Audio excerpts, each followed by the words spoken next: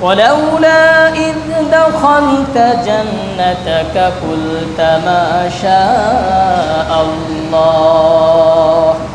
এবার বলছে, বন্ধু তুমি যখন তোমার বাগানে প্রবেশ করলা, তোমার এই বিভিন্ন সুন্দর সুন্দর জিনিস দেখানোর জন্য তোমার উচিত ছিল এই বাগানে ঢুকতে ঢুকতে তোমার এই কথা বলা, মাশা আল্লাহু লা কুওয়াতা ইল্লা বিল্লাহ, আল্লাহ যা চান তাই করেন, আল্লাহ আমাকে চাইছেন এই জন্য এই সুন্দর সম্পদ আল্লাহ আমাকে দান করছেন, লা কুওয়াতা ইল্লা বিল্লাহ, আল্লাহ ছাড়া অন্য কারোর কোনো শক্তি, অন্য কারোর কোনো ক্ষমতা নেই। আল্লাহ ছাড়া অন্য কারোর ক্ষমতা আছে?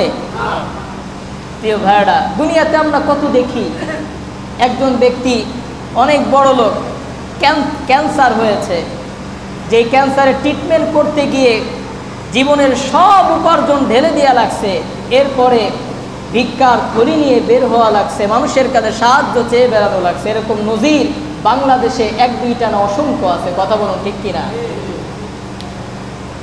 হে বন্ধু, তোমার অবশ্যই আল্লাহর কথা স্মরণ করার দরকার ছিল, কারণ এই নিয়ামত আল্লাহ তাআলা তোমাকে দিয়েছেন। নিজেই যদি অর্জন করা যায়, দুনিয়াতে তোমার চাইতে অনেক শক্তিশালী মানুষ আছে, তোমার চাইতে অনেক জ্ঞানী গুণী মানুষ আছে, যারা তোমার চাইতেও গরিব, আছে না নাই? দেখবেন একজন মানুষ বড় লোক, তার পাশেই তার চাইতেও শারীরিকভাবে অনেক সুস্থ ফিট, কিন্তু তার চাইতে গরিব। একজন ব্যক্তি বড় লোক, তার চাইতে মেধার দিক থেকে তার এক বন্ধু, সে অনেক বেশি জ্ঞানী মানুষ, শিক্ষিতও বেশি, এরপরেও তার সম্পদের দিক থেকে সে কম, আছে না নাই? আছে। এগুলা চিন্তা ফিকির আমরা কেন করি না? আল্লাহ অবশ্যই, আল্লাহ রব্বুল আলামিন তোমাকে সম্পদের মালিক বানিয়েছেন, এটা তোমার জন্য পরীক্ষা। আবার আমাকে সম্পদের মালিক আল্লাহ বানান নাই, এটা আমার জন্য পরীক্ষা। তিনি বললেন, ইন তারানি আনা আকাল্লা মিনকা মালান ওয়া ওয়ালাদা। মাশাআল্লাহ কখন বলবেন? বলে যখন নাকি দেখবা তোমার চাইতে কেউ কোনো দিক থেকে কম আছে, কোনো দিক থেকে আমার চাইতে কোনো দিক থেকে কম আছে, সেই সময় আমরা কি বলবো? মাশাআল্লাহ। কি বলবে একটু জোরে বলেন না? আবার বলেন মাশাআল্লাহ। মনে করেন কাউকে দেখলেন, সে খুব অসুস্থ, আপনি সুস্থ, হেঁটে যাচ্ছেন, সে হাঁটতে পারে না, এত অসুস্থ, সেই সময় কি বলবেন? জোরে বলেন না। আল্লাহর নাম নিলে কি গুনাহ হয়ে যাবে? এটা জোরে বলেন মাশাআল্লাহ।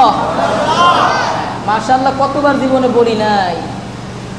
একবার মাশাআল্লাহ বলা না বলার কারণে আল্লাহ তাকে কি শাস্তি দিবে একটু সামনে পাবেন। আর আমরা জীবনে কত হাজারবার এই মাশাআল্লাহ বলি নাই, ঠিক কিনা বলেন? নিজের চাইতে কম সম্পদের অধিকারী কাউকে দেখেছি, সেই সময়ে কি বলবো? জোরে কম বলি। আমি পরীক্ষায় A+ পেয়েছি, গতকালকে SSC রেজাল্ট দিছে। আপনাদের এলাকার রেজাল্টের কি খবর? অনেকে হয়তো A+ পেয়েছে, অনেকে আবার A+ পায় নাই, ফেল করছে, আছে না নাই?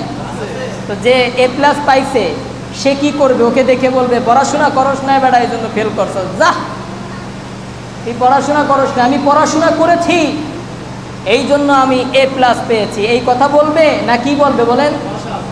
জোরে কন। আপনি বাবা হয়েছেন, আপনার ছেলে A+ পাইছে, তাহলে আপনি কি বলবেন? মাশাআল্লাহ বলবেন।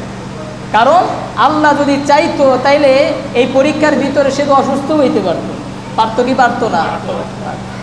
আবার আপনার পাশেই দেখবেন আপনার ছেলের ক্লাসমেট অথবা তার বয়সী একজন মানসিক রোগী, পড়াশোনাই করতে পারে না, আছে না নাই?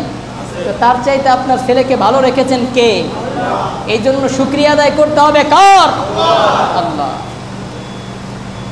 তো মাশাআল্লাহ বলার এই প্র্যাকটিস করা। যদি মাশাআল্লাহ না বলি তাহলে বদনজর লাগে। বদনজর জিনিসটা কিন্তু সত্য। এই বদনজর যার তার উপরে আপনার লেগে যেতে পারে। এমনকি বাবা মা আমরা যারা আছি, আমাদের সন্তানদের ক্ষেত্রেও আমাদের বদনজর লাগতে পারে। এই ক্ষেত্রে কি করব? যেমন আপনার সন্তান মনে করেন একটু নাদুস নুদুস, চেহারা খুব সুন্দর, আর ছোট বাচ্চাদেরকে এমনি পরিষ্কার পরিচ্ছন্ন থাকলে ভালো লাগে, ঠিক কিনা বলেন? তো আপনার নিজের সন্তান দেখে ভালো লাগতেছে যে আমার সন্তানটা আল্লাহ কত সুন্দর হয়েছে, তো তো দেখে খুব একটা আদর চাদর করছেন, তো এই আদর করার ফাঁকে আপনার বদনজর লেগে গেছে। এখন সবাই এসে হুজুরদের কাছে আসে, হুজুর একটু জারে দেন, একটু গ্রামে গিয়েছিল, একটু কোনো আত্মীয় বাড়িতে গিয়েছিল, এই জন্য মনে হয় বদনজর লাগছে। মিয়া, বদনজর তো আপনারও লাগতে পারে। আপনি কি আপনার সন্তানকে যখন আপনার চোখে ভালো লেগেছে সেই সময় কি আপনি বলেছেন মাশাআল্লাহ? কয়বার বলছেন? দেখা যায় জীবনেও একবার বলে নাই, ঠিক কিনা বলেন? তাহলে সন্তানের কোনো ভালো কিছু দেখলে আমরা কি বলবো? জোরে বলেন আবার মাশাআল্লাহ। আল্লাহ তাআলা দান করেছেন, আল্লাহ দিয়েছেন, নিজের কোনো ক্রেডিট নাই। আপনার সন্তান সুন্দর হয়েছে, আপনার কোনো ক্রেডিট আছে? যদি ক্রেডিট বাবার থাকতো তাহলে পরে দুনিয়াতে কোনো পঙ্গু হয়ে কেউ জন্মগ্রহণ করতো না, অন্ধ হয়ে কেউ জন্মগ্রহণ করতো না, জন্মগত ত্রুটি নিয়ে দুনিয়াতে কেউ জন্মগ্রহণ করতো না, সবাই ফিট হয়ে দুনিয়াতে আসতো। এটা কে দিয়েছে? এই জন্য শুকরিয়া আদায় করতে হবে কার? সবাই পড়ি আলহামদুলিল্লাহ।